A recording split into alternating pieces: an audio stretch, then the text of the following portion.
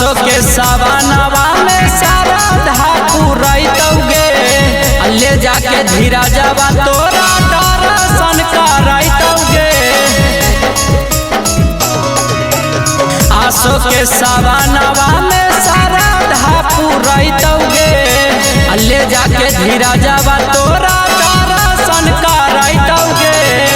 रौशन पुजारी रोहित चढ़ैतौ सुइया पहाड़वा गे चंदन की रिंटू तोरा चढ़ैतौ सुइया पहाड़वा गे। टरकवा पर बैठा के तोरा ले जैतौ देवा घरवा गे टरकवा पर बैठा के तोरा ले जैबौ देवा घरवा गे। रिकॉर्डिंग स्टूडियो बानावर किशुनगंज।